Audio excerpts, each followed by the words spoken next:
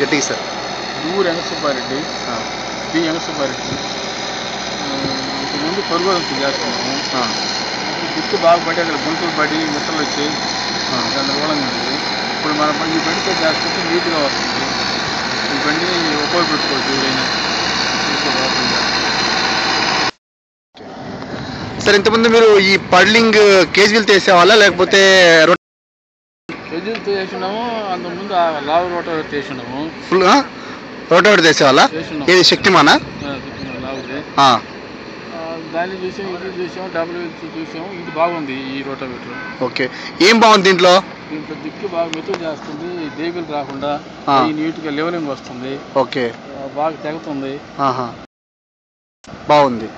అయితే దాంట్లో ఏం ప్రాబ్లమ్స్ ఉన్నాయి మీకు? ప్రాబ్లమ్స్ అది పుట్టి ఎక్కువ గాళ్ళు కొట్టి దేగులు వస్తుందండి గట్లుగా. ఓకే. అంటే ఇప్పుడు ఫుల్ రోటోవేటర్ వేసినా అంటే హాఫ్ కేజీలు వేస్తారా? హాఫ్ కేజీలు వేస్తారా?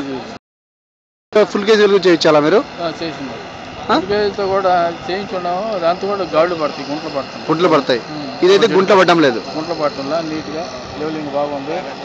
నీట్గా పడుతుంది, శుద్ధంగా ఉంది, బాగా జరుగుతుంది. గడ్డిలా బాగా కుంది లోపలికి వెళ్ళిపోతుంది. ఈ హాఫ్ కేజీలు అదే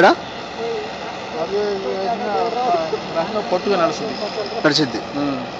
ఇది బాగా లేసుకు దొరికేస్తుంది. ఇప్పుడు దీంట్లో కేజీలు లేకపోయినా బాగా వస్తుంది కదా? బాగా వస్తుంది అంటారా? బాగా వస్తుంది. 5 కేజీలు చేసినా చుట్టుకొని బాగా బట్టి బాగా లోడుకునేది, ఎక్కువ దిగబడుతుంది.